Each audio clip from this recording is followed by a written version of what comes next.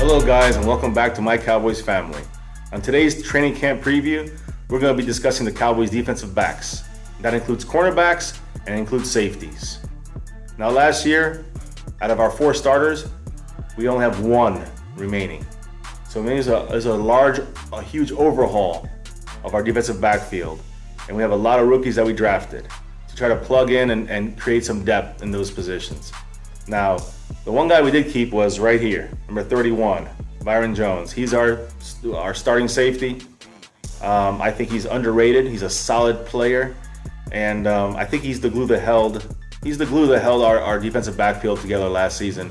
I do think that Jones is going to be the leader of the defensive backs this season, and I just look for him to continue to improve. He's still young, and he has tons of talent. So I'm very confident with Byron Jones back there playing safety. Now Jeff Heath is the complete opposite of what I feel like about Byron Jones. I mean, Heath has not shown enough to me for me to feel secure that he's going to be not only starting but hold on to that starting safety spot alongside Byron Jones.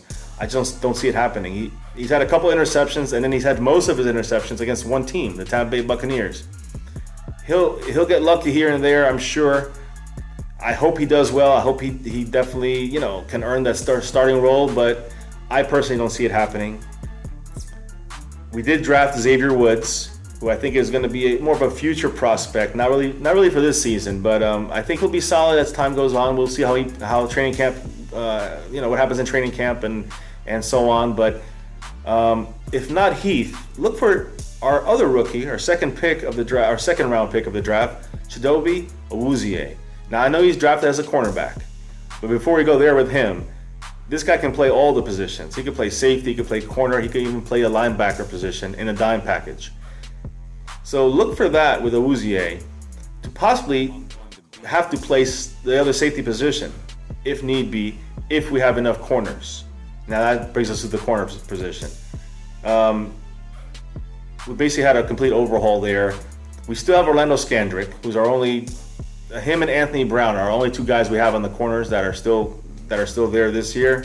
But Scandrick plays mainly in the slot, so he plays he would play against like Cole Beasley on the other side.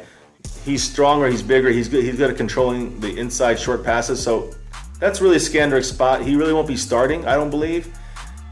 I believe it's going to be Anthony Brown on one side, and the other side it should be Nolan Carroll, at least just out of being a veteran. But I think eventually he'll get beaten out by either Awuzie or the other guy we drafted was Jordan Lewis. He was rated as one of the best cornerbacks in the entire draft, but his stock dropped a lot when he had this criminal case pending regarding a domestic violence accusation.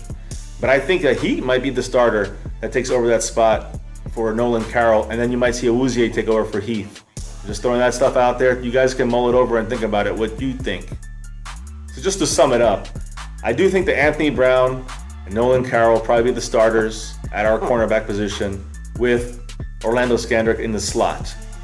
And to start the season, I do think that we're going to probably have Jeff Heath starting, and I say that with a lot of fear. But we have Jeff Heath as one of the starters, and of course Byron Jones is the other starter. That's set in stone. But I think there'll be some changes, and it's gonna be with Awuzie and it's gonna be with Jordan Lewis. Just keep an eye on those 2 guys, especially Awuzie. But I think that if Awuzie has to play safety and we need another cornerback, I think that's where we put in Lewis. Again, this is as the season progresses, not necessarily starting, after training camp and starting the season. But I think it's something to be aware of, because if Carroll, when he comes back from his suspension, if they do not produce or do not play what their expectations are supposed to be at, then I will see them getting pulled fast and giving these new rookies a real chance. So anyways, I hope that you enjoyed this entire series. As far as the defensive backfield, please feel free to leave comments and questions below. Make sure you hit the subscribe button. And don't ever forget, go Cowboys.